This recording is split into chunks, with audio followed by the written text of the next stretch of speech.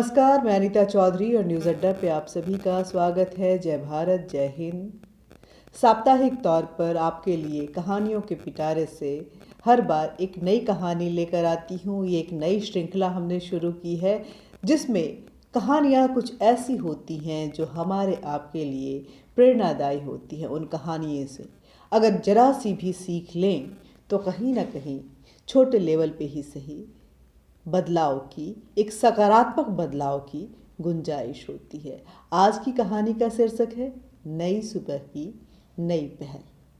और ये कहानी की जो नायिका है वो हमारी गौरैया रानी है। सूरज की किरणें अभी ठीक से पंकज वन में आई भी नहीं थी। चारों ओर जश्न का माहौल सा छा गया। सबसे पहले तो कलियां खिलखिलाकर खिल उठी और फिर उन पर भौरे झुंड बनाकर मंडराने लगे। कौवे ने घोंसले से सिर निकाल कर देखा तो गौरैया सवेरे सवेरे उड़ती हुई कहीं जा रही थी। कौवे ने आवाज लगाई, बहन, सारे लोग नए वर्ष का जश्न मना रहे हैं, हम तुम्हारा स्वागत कर रहे हैं। तुम कहाँ जा रही हो? नए वर्ष की शुभकामनाएं तो लेती जाओ। तुम्हें भी नए वर्ष की ढेर सारी शुभकामनाएं भैया।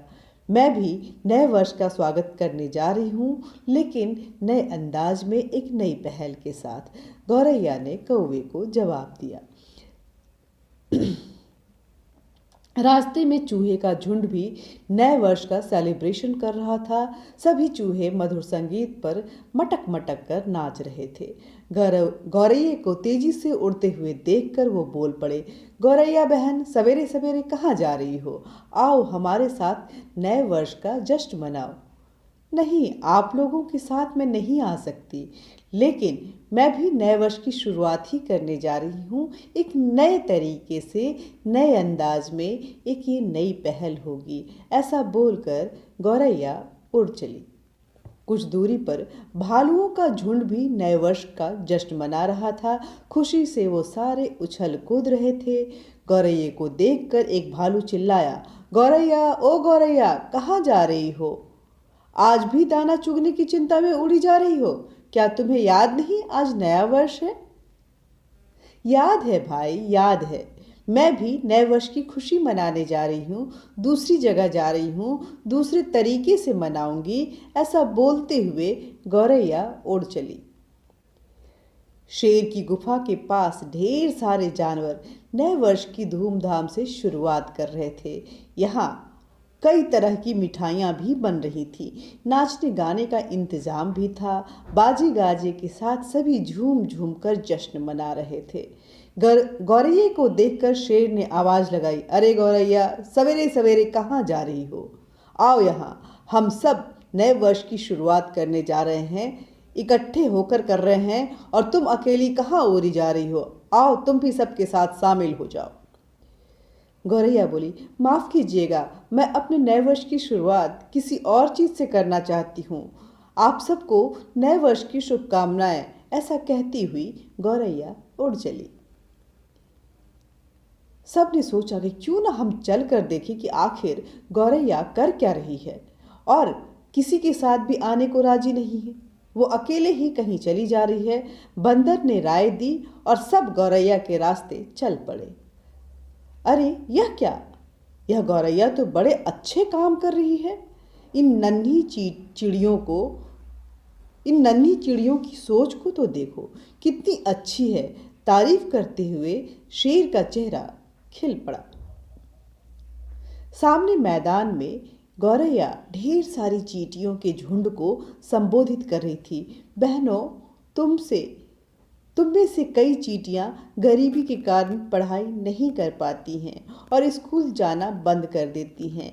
नए वर्ष पर मैंने संकल्प लिया है कि कुछ गरीब चींटियों की पढ़ाई के लिए मदद करूंगी। साथ ही अन्य चिड़ियों और जानवरों को भी प्रेरित करूंगी कि वो तुम्हें आर्थिक मदद दें। यह सुनकर मैदान तालियों की गड़गड़ाहट से गूंज उठा। कई चींटियों की आंखों में खुशी के आंसू टपकने लगे। ये गौरैया यानी कि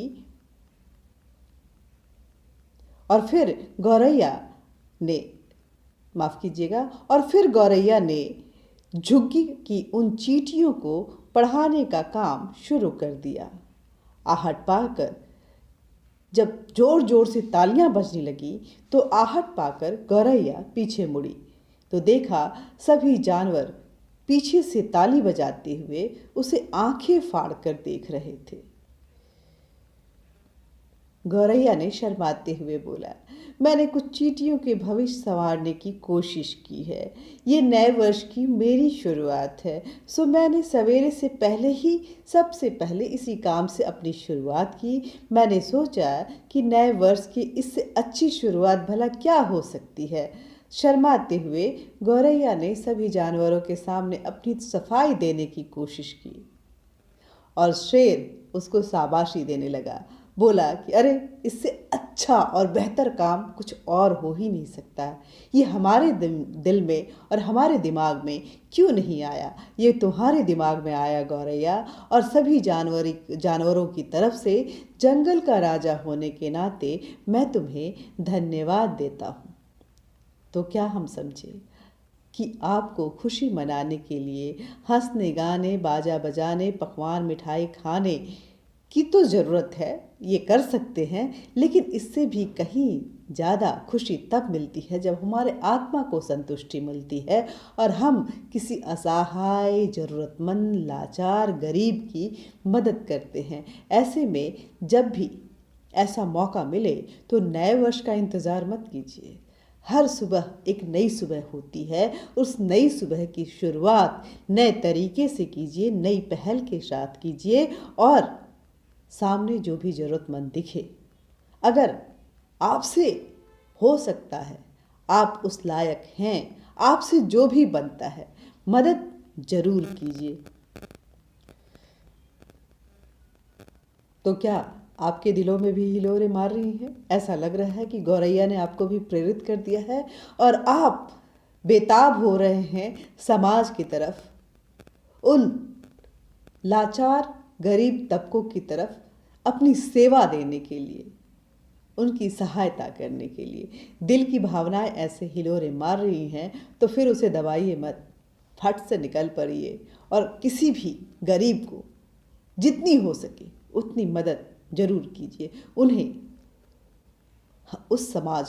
वो भी समाज का हिस्सा है और उन्हें हमारी मदद की ज़रूरत है। समाज तब तक संपन्न नहीं होता है, उसका उत्थान नहीं होता है, जब तक कि हर एक व्यक्ति का विकास नहीं होता है। इसलिए शेर ने जंगल के सभी जानवरों को भी यही प्रेरणा दी कि तुम्हें गौरैया से सीखनी चाहिए कि आखिर कैसे जंगल के एक एक जानवर का खुश होना, संपन्न होना बेहद ज़रूरी है और तभी जंगल खुशहाल हो सकता है। नए वर्ष का जो स्वागत है वो भरपूर अंदाज में हो सकता है। तो आप भी पहल कीजिए, अपने क्षेत्रों में जाइए, देखिए कि कौन सा ऐसा गरीब तबका है जिन्हें पढ़ाई की ज़रूरत है या किसी को किसी और अन्य मदद की ज़रूरत है। हाथ आगे बढ़ाइए। ये हाथ जब आगे बढ़ते हैं तो एक हाथ से दूसरे हाथ मिलते हैं और ये मिलते हुए हाथ जज्बातों के ऐसे भावसागर बनाते हैं कि उसमें डुबकियां लेने वाला हर व्यक्ति पार हो जाता है।